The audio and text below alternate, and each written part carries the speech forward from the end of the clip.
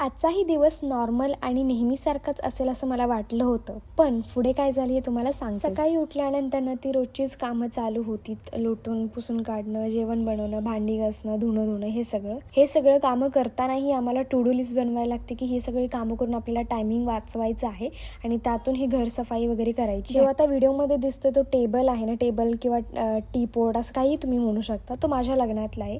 त्याच्यावर इतकी जास्त धूळ बसते ना. पहिला आम्ही हॉलमध्ये ठेवला होता, इतकी जास्त धूळ बसते की आम्ही वरती आणून ठेवलेला आहे आणि त्याला झाकूनही ठेवतो कारण त्याच्यावर खूप जास्त धूळ बसते. तोपर्यंतच मला कॉल आला आणि मला समजलं की आम्हाला सत्यनारायणच्या पूजेवरती बसायचं आहे. मला त्याबद्दल काहीच माहीत नव्हतं, पण ऐन मोक्यावरती फोन आल्यावरती काहीच नाही करता आलं आणि सत्यनारायणच्या पूजेला आपण नाही म्हणू शकत नाही.